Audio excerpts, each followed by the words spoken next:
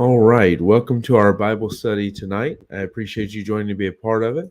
We're continuing our study on what is wisdom as we try to look at a continuation where we left off last time. Last time we were discussing uh, avoiding temptation, and that part of wisdom, which goes very much in line with prudence, is this idea of being able to resist or avoid and see temptation and the damage it's going to do and turn away from that.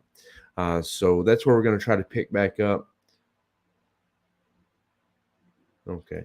Sorry, we're being notified there's a problem with Twitter. So if somebody's trying to watch on Twitter, I feel sorry for them, but it's not like too many people watch there. Most of our viewers come from somewhere else. Although we do have our videos on Twitter, Twitch, YouTube, and Facebook.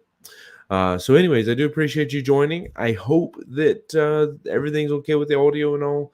I have a fan on because it's a little bit warm here in my office. If there's a problem, please let me know sooner rather than later so I can try to fix that. I give my greetings to Nick because he's the only one who actually let me know that he's here for sure. But for everyone else, I appreciate you being here as well. All right, let's jump into Proverbs then. We're going to pick back up in chapter 5. It wasn't our text passage last time, but it kind of was. I'll give my greetings to Michelle too. But in last week, we started off earlier in Proverbs just because I wanted to take the verses in order as much as we could. But in reality, Proverbs 5 was our text passage. I mean, now people are saying hey to me, so hey to Rebecca as well, and Zephaniah, I assume, and also maybe even Samuel, and for sure Jeremiah. But anyways, let's look at Proverbs chapter 5, and then we'll pick back up in verse number 15. We've done through verse 14 already, so verse number 15 will be our starting point today. And so I'll read this passage and I'll explain why this is so important to our message, because we're going to continue very much on the same ideology we had last time. All right, verse 15 says, "Drink waters out of thine own cistern, and running waters out of thine own well. Let thy fountains be dispersed abroad, and rivers of waters in the streets.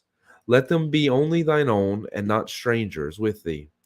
Let thy fountains be blessed, and rejoice with the wife of thy youth. Let her be as the loving hind and the pleasant roe. Let her breast satisfy thee at all times, and be thou ravished always with her love. And why wilt thou, my son, be ravished with a strange woman, and embrace the bosom of a stranger? For the ways of a man are before the eyes of the Lord, and he pondereth all his goings. His own iniquities shall take the wicked himself, and he shall be holden with the cords of his sins. He shall die without instruction, and in the greatness of his folly he shall go astray." All right, so the reason why I say it's very important we're picking up and carrying with the same thought on this is because last time, and I'll give just as minimal of a recap as I can get by with. Last time we talked about the strange woman and how that while that is a literal person in Proverbs, you have for sure he's talking about an adulterous woman when he says that, a woman who is not yours. That's why she's called strange. It's not your wife. It could be somebody else's wife. It could just be some woman. It could be the harlot. It could be whatever, but she's not your wife. So the strange woman is intended to be read as a literal person. However, because the Bible is so layered and so deep and so rich, Proverbs also puts the extra there of using the strange woman as a personification of temptation or lust. Froward man also in the same way, in the sense of someone who's lying to you as opposed to someone who's just trying to draw you in with lust. Froward man is deceiving you. The strange woman is drawing you in with lust. So very fine line between when you actually look at the details of how that works. But anyways, the point being, we use this as a springboard to just talk about avoiding temptation in general. So, of course, there was a lot of stuff pertaining to adultery, a lot of stuff pertaining to fornication and those things within this lesson last time, because we use the example of somebody who's doing that to build the message from. But I do believe that's the intention in Proverbs. While it is a literal person, I do believe also, without question, I mean, to me, it's obvious. I could be wrong in other people's eyes, but to me, it's obvious that the intention is, once you have the literal and basic understanding, is to apply these ideas, what he's saying to you about temptation as a whole. Now, saying that, we then pick up, I said we were going to consider the next side of this. But I said we consider the other side of this week, since we were supposed to try to do both of them last time. And we're going to look at being satisfied with your life And to do that, you could essentially say we're looking at being satisfied with your wife. Because if the strange woman is the personification of lust and temptation, then in this case, your wife is going to be the personification of your life that is yours. This is your stuff, as this is your house, your family, your stuff, as opposed to the strange woman being personification of those things in which you lust after that are not yours. Uh, Hence, her being strange and the wife being your wife. So with that understood, I hope then it's going to make a lot more sense what we're looking at here in this passage, because even this breaks down into two thoughts. The first from verse 15 to verse 19, where he's talking about this idea of essentially taking care of your own house, taking care of your own wife, taking care of your own life. He says, drink waters out of thine own cisterns. Drink your own waters. Don't worry about somebody else's. And running waters out of thine own well. Let thy fountains be dispersed abroad, and rivers of waters in the streets. So you can help others is the idea here. You can help people with stuff, but as far as your well, where you're getting your resources from, you be satisfied with that. You don't need to mess with other people's stuff. So again, that's why you have to understand it's not just about the wife here; it's about your life as a whole, because otherwise it can be a really bad thing out of what was just said there. But let thy fountain be blessed, and rejoice in the wife of thy youth. Now, here's where you're seeing that balancing act, where we're going from the literal statements of what this is what he wants you to get from this is take care of your own life. Sure, you can help other people. Sure, you can go and do things for people. You should help people, but take care of your life. Be satisfied with your house and with your job and with your wife and with your car and with your stuff. Be satisfied with what you have instead of looking at what everybody else has and always worrying about that. Because again, the first half of this chapter, if you missed the last lesson, was entirely about the strange woman and how destructive she is, and how when you get caught up in that lust and you follow after her, you're going to ruin your life. And even the last half of our passage tonight is about that. Because while we've talked about this first half, let me say, the last half is about why wilt thou, my son, be ravished with a strange woman and embrace the bosom of a stranger? Why wouldn't you just take care of what you have and be happy with your wife? But anyways, I'm getting away from our pivot point in verse 18. So you see the colon there. It's always a good place to look for a pivot point when it comes to verses, especially in Proverbs. And here your pivot is this. He's been talking about being satisfied with the fountain that you have. You have a well you drink water from. Be happy with that well. Don't worry about what somebody else's well has. Don't be like the dog or the cat that always has to look in the other animal's bowl. Just be happy with what you have. Don't be like the child, since that's one I relate to more, that always has to, what did they get? What did they get? Just be happy with what you have. And Stefania, please don't feel too attacked by that last statement, because I know that probably feels really personal to you, even though I was aiming at my children. But anyways, the halfway point of the verse says, and rejoice in the wife of thy youth. So you're seeing then that the actual illustration he's going to be using here as a contrast to the strange woman and as an illustration of being satisfied with your own life is rejoice in the wife of your youth. Let her be as the loving hind and the pleasant roe. Let her breast satisfy thee at all times, and be thou ravished always with her love. So the idea of the passage is, if you would be satisfied with what you have could be enough. If you would just stop looking at what everybody else has, stop worrying about everybody else's bowl, everybody else's dish, everybody else's cup, stop being so obsessed with what everybody else has going on. And that's, to be honest, there's a whole lot can be said about that. But if you would stop being so obsessed with what everybody else has and just learn to be appreciative and satisfied with what you have is enough.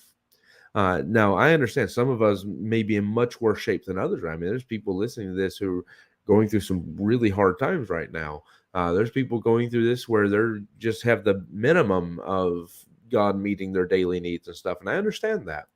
I have people from all around the world who listen to this, and there's people here within our local group who come from varying different degrees of what I'm talking about tonight. There's some who are going through harder times than others, but there are people I know who will listen to this that they come from India. And I know one man right now is going through some financial stuff. He's reached out asking for help because I know this guy that he doesn't normally ask me for money. So I understand his plight and his situation.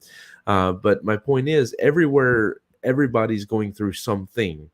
But as I know, looking at your lives, the one of you I know personally, and just knowing the testimony of the Bible, God is clear about the fact that when it comes to his children, he takes care of them and he gives their basic needs. So that's why I can, not actually having to know who all's watching this, if I'm speaking to Christians, which is the intention of this lesson tonight, I can assume and know that you have enough. You may not have everything you want. For sure you don't. Everybody wants more because there's enough is never enough in this flesh. So for sure you want more. For sure other people have more, because sure there's a richest man somewhere in the world, but then he's probably lacking the things that are worth more than money. So somebody always wants something that somebody else has. It's really that simple of an idea.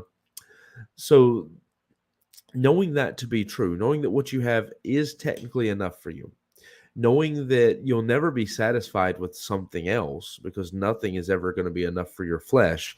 Your flesh always wants more. If that weren't true, then just consider your flesh, and every time you give it what it wants. Oh, I'm hungry. Okay, let me feed you. Okay, but then I'm hungry again a little while later. Oh, I'm sleepy. Let's take a nap. But then later on, you still have to go to sleep. It's never enough with your flesh. There's always some need rising up, and that's just for legitimate needs. If you're talking about lust, it's even worse. You feed it, and then not long later, it's right back there at you again. I mean, almost as soon as the pain from feeding it wears away, it's already attacking you again. So the real idea then of this passage is contrasting against the strange woman to the person's wife, to the reader. He's saying your wife is enough for you. Your wife she's beautiful enough. She's whatever it is that you're longing for and looking for. She is enough for you. The problem when you don't see it that way is because you've looked at somebody else's wife, or you've looked at this strange woman, and you've begun to utter things in your heart that you should not utter. And so those imaginations and those vile things begin to come forward, and they begin to grow because you give place for them to do that. Whereas if you would just focus on what you have, then the truth is, your wife could be the most beautiful thing in the world to you if you choose to not let something or anyone or whatever distract you from that, and just focus on taking care of your home. And so to even just prove that point, I want to actually show you some things God says in the positive side of how great a life can be with a good wife. Now, again, I'm using the literal examples here, but I want you to take and apply this beyond just your marriage. Because while this is very much stuff that's going to speak straight to marriage, and to be honest, it's mostly going to speak straight to the husband, the truth is there's stuff here, even while I'm preaching mostly to the husband, if we're going with the literal application, there's still great stuff in here for the wife. But the truth is, what I'm saying is not limited to the husband to wife relationship. It's you, whatever you are going through in your life where you are dissatisfied and discontent. I don't like my job. I don't like this. I don't like that. These lessons are going to apply to you. And I understand there may be times where God's will is for you to change a job, or to change a house, or to change, your friend group or something. That kind of stuff's real. Your marriage is not going to be God's will for you to just go change that. Your children, you're stuck with them. There's not God's will for you to change that, but you can change how you interact with them. You can change some of those things to make it better. And so that's why I say you have to take what I'm giving you and look beyond just the literal application to a husband, to his wife, and understand how this applies in so much else in your life. How that you could be satisfied, you can be content in whatsoever state you are in, should you choose to get your eyes off of the things that draw you into lust, and just take care of your own well, take care of your own cistern, drink waters there and be happy with that. Take care of your own wife and your own marriage, keep her in a good state so that your marriage can be happy and healthy. Now, saying that, I said we would look at some verses that show just how blessed and beneficial it is to take care of a wife, because your wife is one of the greatest assets in your life to any husband. And I'll show you that. And again, if you're not married, you can still take these things and apply it to other parts of your life. But Proverbs 12 and verse number 4 says, a man shall not be established by wickedness. I'm sorry, that's verse 3.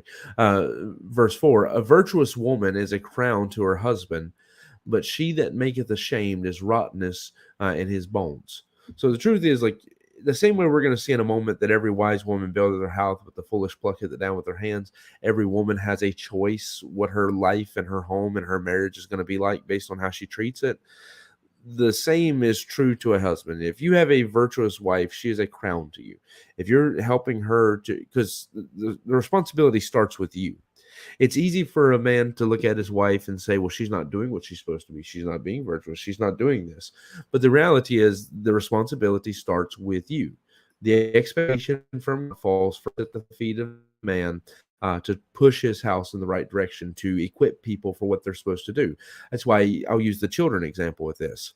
He compares children to being the bow, being an arrow in the hand of a mighty man. Well, an arrow has to be enabled by you. You're the mighty man. It's your job to get a hold of the arrow and draw it back. It's your job to aim it. It's your job to put the force behind it that it needs. All of that is on the job of the mighty man. And so the truth is, in regards to your marriage, I've said this many times, the expectation of a husband is that your wife, after being married to you, becomes a better Christian because she's married to you. Not in spite of being married to you, but the way you're leading her and the way you're directing your home should be helping her to grow as a Christian. Now, I understand that's probably a lot more hard than it sounds. But you should be pushing her in the right directions. You should be helping her in places wherein she may struggle within her spiritual walk and so forth. And so the first step in being able to enjoy what he's describing here, having a wife who's like a crown to you, is that you actually have to be pushing things in the right direction, not like an overbearing, beating my chest, I'm the man of the house kind of guy, but in the sense that like you're showing the love that you're supposed to, you're showing the leadership that you're supposed to, you're picking up and doing things the way you're supposed to, you're listening, you're doing what you have to, to figure out what the problems are, and help with those things, instead of just expecting her to fix everything and then you just get to sit there and pretend like everything's everybody else's responsibility to deal with. The fact is, as a man, one of the best things you can do in your home is automatically look at yourself first. Like whatever, when there's a problem, what is my part? What is my part of this? And I'll admit, there's going to be times where you don't really feel like you're at fault as much. But if you would at least practice this most of the time, or as much as you can, then you would eliminate a lot of the problems. It'd be a lot easier on you and your wife and your kids and everybody else if you'll learn how to practice what I'm talking about here. And that is looking to your own responsibility. And one of my greatest examples of that is always going to be David, when discussing being accused by who I believe to be Saul there in Psalm chapter 7, is discussing the idea that I have done nothing wrong to this man. I was accused by somebody I've done nothing wrong to. And yet, in spite of that, he still asks God, if there's any iniquity in my heart, please show that to me.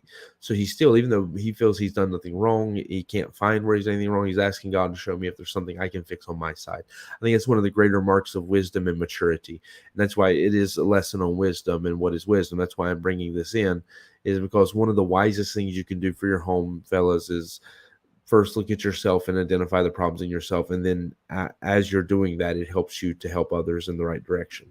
So he's saying that a wife can be like a crown to you. She can be like your crown that you wear on your head if you have a virtuous wife. And a lot of that's going to come by how you enable her and push her to be a virtuous wife, how you help her to do that. Not just fussing at her and saying you should do this and this and this, but how you're actually helping her and pointing her in the right directions through the right ways of doing it. The alternative to that is he says that a wife can be, in Proverbs 12, verse number 4, he says that a wife also can be one who makes you ashamed, and there's like rottenness to your bones. It can be that your wife is, a shameful thing to you when really you see the way she behaves and the way she acts, but you have to ask, what have I done to prevent this? What have I done to stop this from our marriage and this person from going in this direction? What am I doing to fix it? So going back to the illustration about the well instead of a wife, just to show that it does apply beyond this. If you have a well that you take care of, you keep it clean, you have fresh water, you have something there, you have something good. It's a blessing to you to know that you can go there and draw water when you need it. But you don't take care of it, you let it get polluted, you let it get ruined because you're not managing it and taking care of it. When that's your job to be the one who does that, then you don't have that anymore. It's a shameful thing to you as people walk by and they smell the pollution of the well and so forth. Your marriage can be like that too if you're letting your wife be poisoned by the way you run things. Now, again, I hope you're applying this beyond just marriage. Marriage is going to be the primary example, but as we get deeper in it, I'll try to pause and give some places where it applies beyond this. Proverbs 14:1 says, "Every wise woman buildeth her house, but the foolish plucketh it down with her hands." So this is about a woman's choice in terms of how are you going to affect your home. Now, I believe that the first responsibility lies in the hands of a man, that he has to push his wife in the direction to be wise. He has to help to promote that in her life. But a woman has a choice. Is she going to be wise or is she going to be foolish? And so a wife can be one of these two things to you. She can either be someone who's helping to build their house up. She's taking care of the children, taking care of things, helping build things, and even helping you. I mean, part of being a crown is, to bring glory to you. Or she can be the one who plucks down and tears down your home. She can be the one who her words cut you and break you every day. And a lot of it's going to start with how you treat your wife. And of course, she's a person. She has free will and choice in this. A lot of it's going to come down to how she treats you in return. But the point is, God's showing you that there is a contrast. There is a possibility wherein your marriage and your home can be everything that you're looking for in this life. A place where, it's being built up, where there's a crown for you, or it can be a place of shame and a place where it's being torn down. Both of those exist within the realm of your marriage. It's just going to come down to you. It's going to come down to decisions that you make. And whether you're willing to be satisfied with what you have and put the work into it versus chasing after something else. Proverbs 11 and verse 16 says, "A gracious woman retaineth her honor, and strong men retain riches." So, a woman who is gracious, she has grace in her, is a woman who, it says, she'll retain her honor. She will be honorable. Proverbs 31 and verse 10 says, "A virtuous woman is worth far above rubies." Who can find a virtuous woman, we're asked. It's something that you have to understand, that this part of your life, again, speaking to men right now because of the way the illustrations lined up, this part of your life can be everything you're looking for, everything you need, or it can be the worst part of your life. That's why I always like the advice my first boss ever gave me. He was somebody who's quite knowledgeable, had some good advice on the Bible and things. And one of the advices he gave me, as a man who'd been married for many years, and to someone who was not married at that point and wouldn't be married for quite some time, as he said, if you have the right wife, nothing else matters. If you have the wrong wife, nothing else matters. And what he was talking about is the idea that, this is going to be the linchpin, the centerpiece of your home, so to speak. I mean, of course, God should be the centerpiece, but this is the person with whom you're sharing this home. This is the person whom you're interacting. Everything else in your home is going to depend on this relationship. And his point he was making is, if you have a bad wife, if you have a wife who's causing trouble or something of that nature, then even if everything else is right in your life, you're not going to be able to enjoy it. Whereas if you have a good relationship with your wife and everything's well there, you'll be able to enjoy whatever else is going on in your life, even when it's bad. You may have a bad day at work, but you have a good home to come to. You may have a good day at work, but if you have a bad home to come to, what is that? So that's why actually I'll even show you the opposite side of this, how this relationship is so important, that you learn how to cultivate it and take care of it and make it what it needs to be, because it can and should be enough for you, but it's going to depend on how you treat it and what you do with this relationship. So with that said, let's look at some of the negative sides that are discussed. So my first passage I'll go to for that is Proverbs 21, and we'll actually read a few verses in Proverbs 21. Proverbs 21 verse 9 says, "It is better to dwell in a corner of a housetop than with a brawling woman in a wide house." Or you also have Proverbs 21 and verse 19.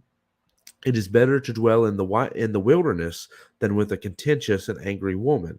Or you also have Proverbs 24, Proverbs 24 and 25 and verse 24 says, "It is better to dwell in the corner of the housetop than with a brawling woman in a wide house." What are all these verses speaking to? He's saying it'd be better for you if you have a wife who just wants to fight all the time. That's what contentious is. Somebody wants to argue. Everything has to be an argument. Every little thing has to be a problem. Brawling, you understand, somebody brawls, somebody wants to fight. He's saying if you have a wife who wants to fight all the time, your life would be more peaceful if you lived in the wilderness. It'd be more peaceful if you just had a little corner of the housetop cut out where you could go sit and rest. Your life, this person is who you share your life with. So if there's a problem here, that there's always fighting and always bickering, then you're not going to have peace. So wisdom at the very least would tell you that you need to take care of this relationship, because this relationship is going to radiate out to and affect everything else. So there's at least that much wisdom would indicate for us. Proverbs 27 and verse 15 adds to this with some good thoughts as well. Proverbs 27 and verse 15 says, a continual dropping in a very rainy day and a contentious woman are alike. So he's saying a woman who wants to fight all the time and every little thing's a problem and everything just blows up and you have to fight about everything. He says it's like a continual dropping on a very rainy day. It's like when you just have that drop, drop, drop, and it just drives you crazy. That's what he's talking about. When you have that noise just in the background that's constantly nagging away at you until it drives you crazy. That's what he's saying. It can be like that. If you don't learn how to to be satisfied with your marriage and take care of it and cultivate it and make it into a healthy marriage, then it can be a continual dropping on a rainy day. It can be where you would rather live in the corner of a housetop than be here. Yeah, it can be where you would rather live in the wilderness. Or should you choose to take care of it and cultivate it and make it into a healthy relationship and help your wife with the ways you should be helping, and learn to be satisfied with her instead of looking at what other people have and so forth, then she can be a crown to you. She can be someone who's building up your home. She can be someone who is worth more than ruby, someone who, to be honest, is everything that you need, what you're looking for in this life. She can be. But it's a matter of how you choose to deal with that relationship and what you choose to do with it, whether you choose to deal with it wisely or whether you choose to deal with it foolishly, if we're being honest. And then to add to that, Proverbs 19, this is a good pivot point to go back into the positive. Proverbs 19 verse 13 repeats what we just saw. It says, a foolish son is the calamity of his father, and the contentions of a wife are a continual dropping. Houses and riches are the inheritance of fathers, and a prudent wife is from the Lord. So God's saying that if you're looking for a wife that's from him and what a relationship with him in the midst of it and what he's looking for it to be should be like, it should be a wife who's wise, a wife who's prudent, the one who builds the house up instead of tearing it down with their hands, the wife who's there to be helpful and wise enough to look at where these things are going.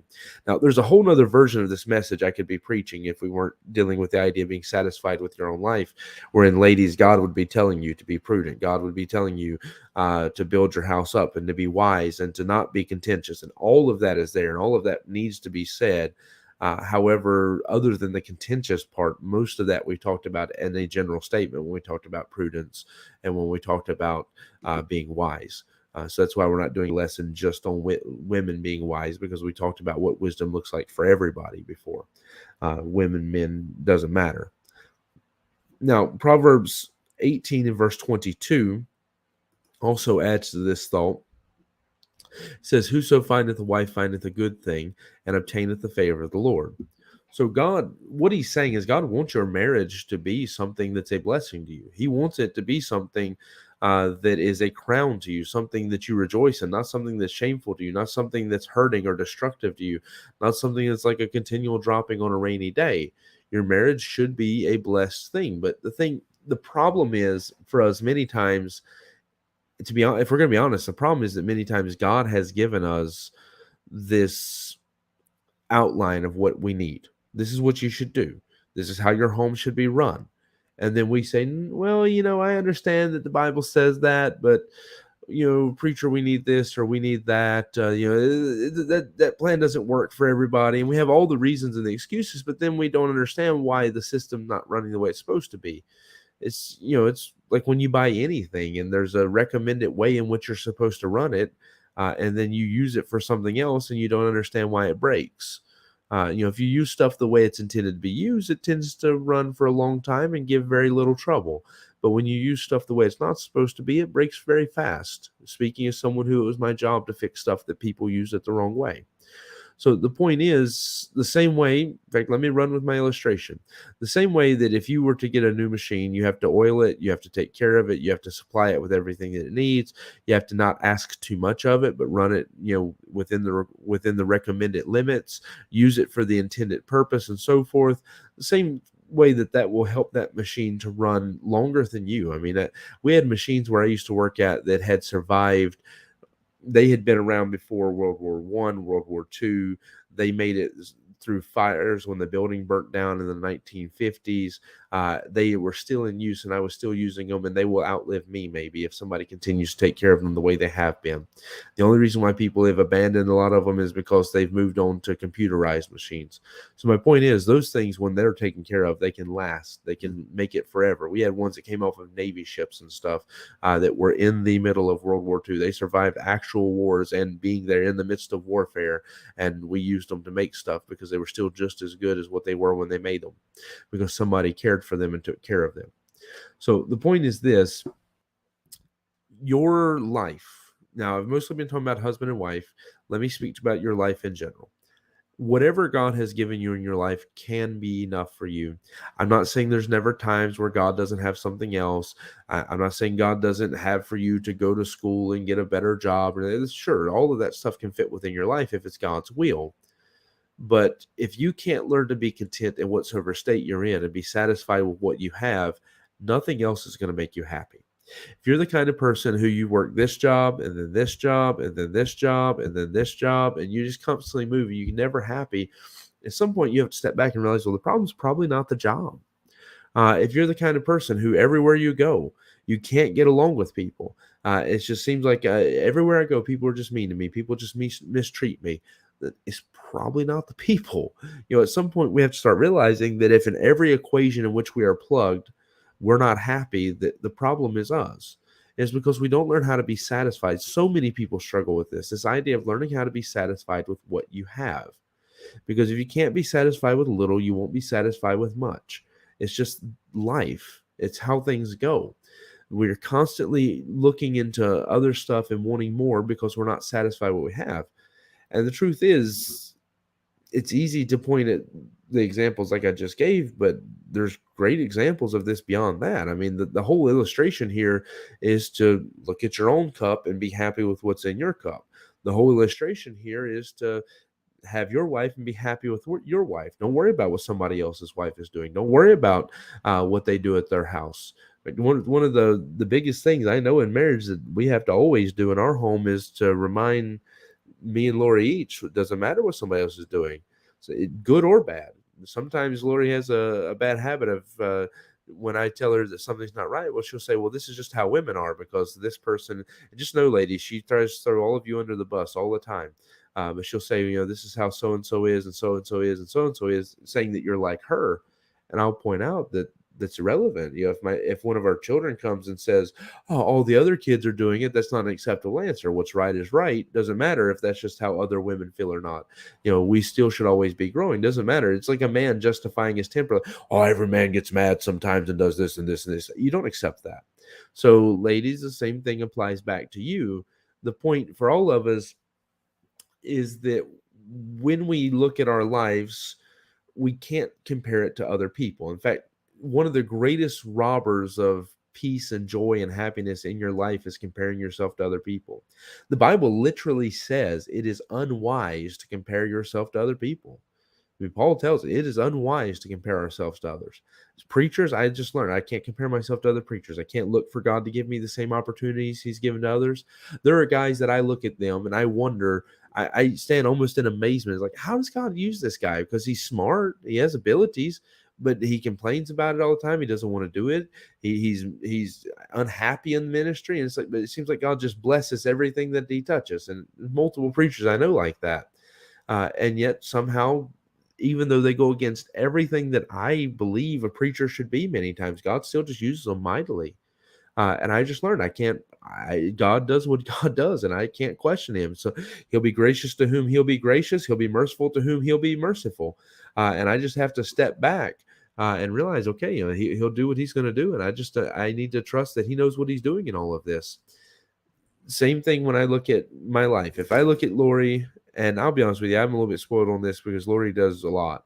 But if I look at Lori and I see something, okay, this other woman does this or something, one of the foolish things I can do is sit back and think about, well, why doesn't she do what this person does? The fact is, maybe I'm better at this than I realize, or maybe she's just better at this than I realize. Because it's very rare that I ever have that opportunity to look at her and say, well, somebody else does this. Why doesn't she do it? Because she does more than I think is reasonably asked of her most times. It's me, the one who doesn't do as much as probably should be. But even look at that. I don't want to defend myself because I'm happy to take more responsibility. But even if we look at it like that, if she's looking at me as a husband and saying, well, why doesn't he do it? This one, or this one does, she's going to be miserable. The best thing she can do is, instead of drawing comparisons and making herself miserable, is learn how to be satisfied with me, because I'm what she's got. She's stuck with me. It's not like the job and the other stuff where you just go get a new one. You're stuck. You're stuck. You're married. You're stuck. It's your life, and you have to learn to be content with it. You have to learn to be satisfied, and you have to learn to take care of it and nurture it, what you have. And every relationship's like that. We have to learn how to be happy with what God has given us, and not constantly be worrying about looking at what somebody else has or what somebody else is doing. If you always look at the quality or standard of life of what somebody else is living, they just bought a new this, or this. We call it keeping up with the Joneses in the U.S. If you're always doing that, you're going to be miserable. You're going to be broke, and you're going to be miserable. If you're always looking at what somebody else's wife does and what your wife doesn't do, or so and so, same back to the husband, you're going to be miserable, because that's not how marriage is supposed to work. That's not how life is supposed to work.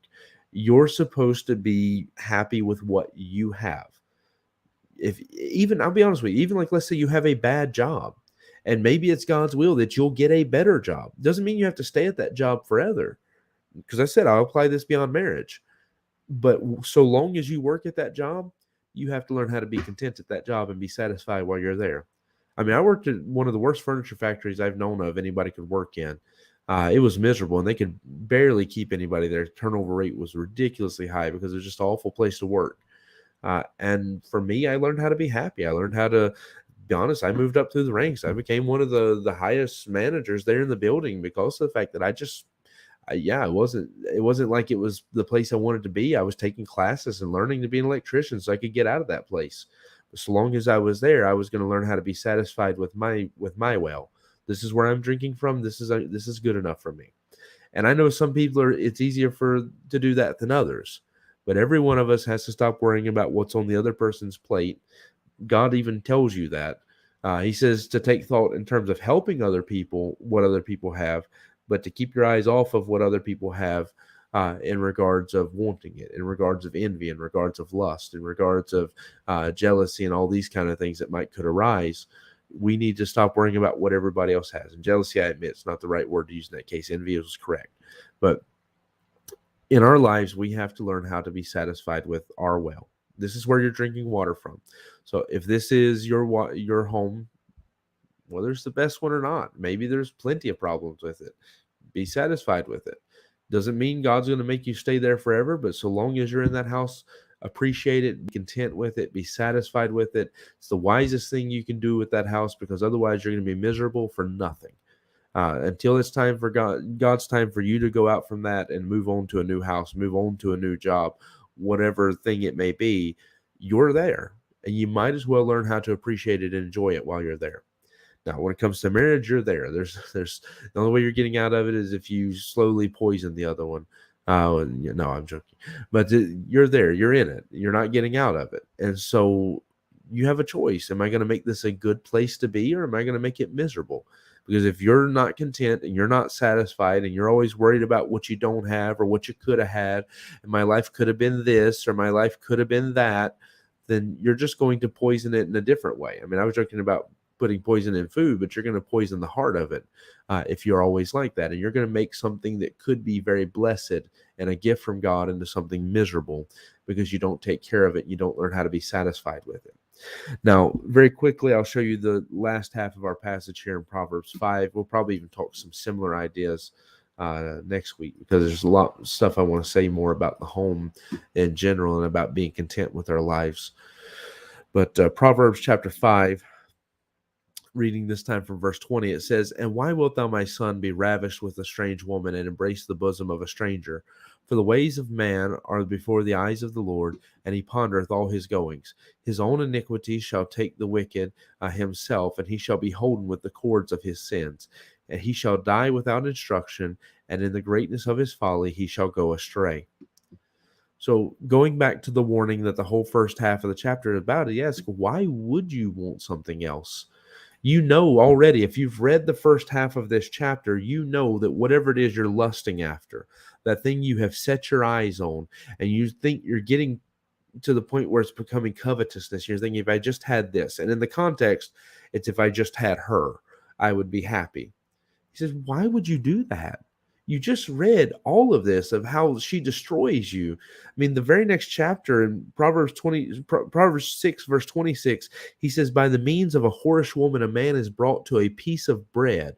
He, throughout these chapters, 4, 5, 6, 7, all around this area, he's explaining to you that when you go that direction, it's going to destroy you. It's going to be like a dart going through your liver that's going to release poison into your life. Why would you want that? The problem is you set your eyes on something you shouldn't have, and you looked at things that are not good. I mean, even think Proverbs 31 is such a great passage as far as describing what a virtuous woman is. But one of the things that is really important to that in this discussion is Proverbs 31 and verse 30, where he says, favor is deceitful and beauty is vain, but a woman that fears the Lord, she shall be praised.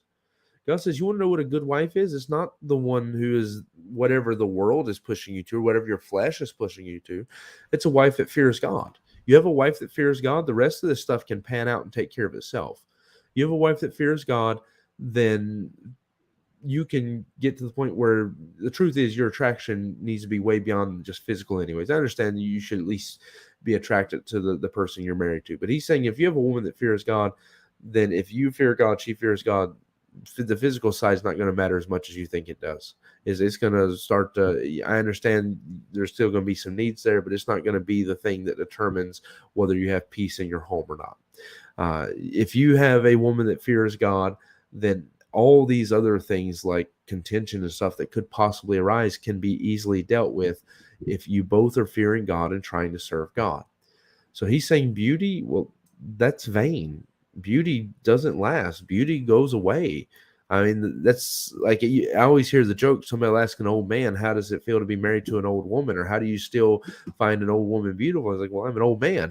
How do I not? That's for me.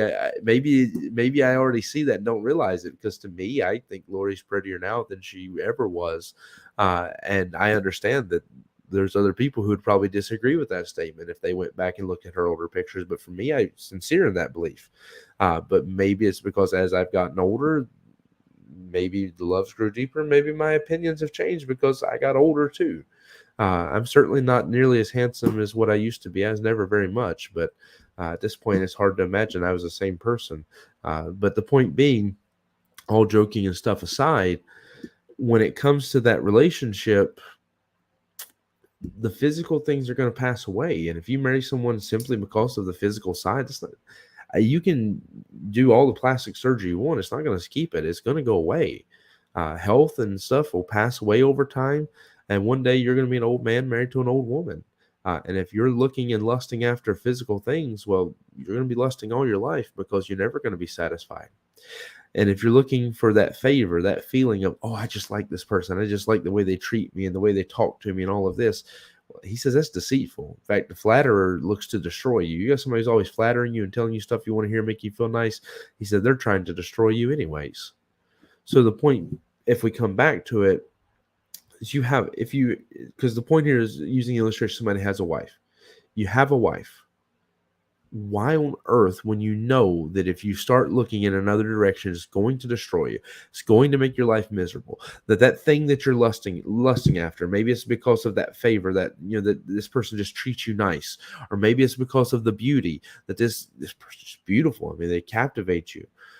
Whatever it is, the beauty is vain. It's not going to last. As soon as you get over being drunk with lust, it's the same way when you get over being drunk with alcohol. She's not going to be as beautiful as what she was as soon as that lust wears off. That beauty passes away even without age. All it takes is the lust being wore down a little bit and that beauty just disappears. That favor is deceitful because, to be honest with you, people's opinion of you changes in a moment many times. Somebody who's treating you better than your spouse right now is not always going to treat you better. In fact, if ever the time comes where you're their spouse, they'll treat you like what they treated their spouse when they were cheating with you, or treat you like you treated yours. It's always like that. And so the point is, you have a wife, take care of that relationship, cultivate that relationship, make it a healthy and good relationship. Don't always be looking at what somebody else has and putting lust and temptation in front of you and destroying yourself. Look to what you have and be happy with it. Learn how to look to what you have and be happy with your wife and take care of that relationship so that you can build a good and healthy marriage. And then with that, you can be satisfied with your wife and with your life. And by extension, as we're using this illustration, talking about being satisfied with your life as a whole, if you can learn that lesson of taking care of your marriage and being satisfied with your spouse and not worrying about what everybody else's spouses are doing and not looking all the time on Facebook and everything else and putting all this temptation in front of you so that, I see on Instagram that so-and-so's husband took her on vacation this week. I see on Instagram so-and-so's husband bought her this week. I was on Facebook and I saw so-and-so that they have this going on and their husband did this for them. One of the worst things we have in modern day is the fact we have so much access to everybody else's life. And it gives us so much time to be drawn away in lust, looking at what everybody else does. And the thing is, most of us know this, but yet somehow aren't smart enough to process it. What people put on social media, nobody's on social media unless they're completely immature and about to divorce in a few weeks anyways, because they're not immature enough to hold together a marriage. What people put on social media is not the fights. It's not the worst stuff. In fact, even when they put the fights on Facebook, it's still usually not the worst stuff. What people put on social media is what they want you to think their life is. So when they're putting the fights, to be honest, sometimes they're exaggerating it and expounding certain parts of it because what they want then is the attention. In general, what you see on social media is the life that they wish that they were living. It's the people who, oh yeah, I drove by this picture of the Eiffel Tower. Let me take my picture next to it and pretend that I was there at the Eiffel Tower today. And you may think that that's not real, but it for sure is. There's the app that I was playing with, I still play with, for editing pictures. I use it to the minimal effect because I don't want to change a picture. I only want to have the same effects I could capture in camera where I'm using a camera instead of a phone. But the reason why it came to my attention is because I saw a picture of a man who looks like me, like in terms of weight and size and everything, who had used that same thing to make himself look like he was a model from the cover of a magazine. It's like, what app are you using that you can do that? And so I looked, and it wasn't just him; it was a lot of people. But it shows you the reason I'm bringing that is, other than the fact it's a little bit funny, but the reason I'm bringing that is because of the fact that you have this vanity that these people are Instagram celebrities, and if you ever see them off Instagram, you wouldn't recognize them because it's entirely fake. My point is, what you are looking at when you're looking at the lives of celebrities, your friends, and other people are the highlights. It's the stuff that they wish their life was like this every day. It's the stuff that was, oh, this is really cool. I want to share this with people. Even people who are not being dishonest, they're still just sharing with you the highlights. I mean, I post some pictures on Facebook and Instagram and stuff, but I don't post every time I eat a sandwich. I don't post, my morning call. I don't post every little detail of my life. I put the highlights. I put the stuff that, oh, wow, this was a beautiful place. I want you to see this. But then we sit back and we see that and we lust and we get to the point where we begin to be miserable because I didn't go there. I didn't do that. I didn't see that. My life is so hard. And it's like you live better than kings lived in the past. You live in a house with running water, with electricity. I mean, if your house is beaten down and broken, or if you're like some people who are going to be listening to this, barely have a house, you still live better than what the kings of 400 or 500 years ago lived like. I mean, we have an incredible standard of living, and yet we're not satisfied because enough is never enough. The thing is, it's not that you need something else to be satisfied. It's that you need to take your eyes off of what everybody else has and learn how to take care of what you have and be happy with that. Now, I was trying to close about 5 minutes ago, but I got a little carried away on a rant there about looking at what everybody else has. But I do believe it's very much at the heart and point of this. So if you have a question, you can type it real quick. But I believe it's at the heart and point of this that you need to learn how to be satisfied with your own well, with your drink water from your own cistern. Stop worrying about what everybody else has, comparing your life to what everybody else is posting on social media, comparing your life to what your friends tell you that their husbands do. Because one of two things is true about your friends normally. Either they're telling you the best or they're telling you the worst. Either they want your pity and your sympathy, so they're telling you the worst, or they're telling you the best because they want your admiration. They want you to think that they have the best. They want you. I don't know if they even necessarily mean to stir you to envy, but that's what they're wanting. They're wanting you to look at them like, oh, you have such a wonderful life. And people tend to be superficial one way or the other like that. Either they want you to think the best of them or they want you to think the worst of their situation so you'll have mercy on them. But either way, that's what people do. They want attention. And so your friends, they're not trying many times to help build your marriage. And you just need to get away from listening sometimes to what they tell you about their homes and their marriages because it's just stirring you in a bad direction. Or what you're seeing on social media. If you can't be content with your house because you're looking at somebody else, you can't be content with your marriage, you can't be content with your car, you can't be content with your job, you can't be content with whatever because of what somebody else. Oh, they went here on holiday, they did this, they did that. If you can't be content with those things because of what you're seeing on social media, then you have to unplug from it. At some point, you have to do what's necessary to take care of your life so that you can be satisfied with your life. Because what you have enough there. Enough is available to you. It's a matter of whether you fix your eyes on it and learn to appreciate what you have, and whether you take care of it and try to cultivate it and make it better, or whether you constantly sit around wanting something else because you think that's enough. But that's never going to be enough. You'll never be satisfied just chasing after what you don't have. All right, I didn't see any questions come in. I assumed that somebody might be typing one, but I assume that everything's okay as far as questions. I hope that there's some stuff here to help you. I feel like this is one of the most helpful things I can teach, and it certainly goes well with the theme for the year, being satisfied with our Savior. I do think we'll probably follow up even on this thought yet again next week. So there's some stuff about the home in general I want to talk about. Mostly we've talked about marriage. I tried to branch out and apply it to other stuff in the end of the lesson. But I think next week we'll try to talk about your home as well, your finances, that kind of stuff, and how wisdom would help us to be more focused on it. All right.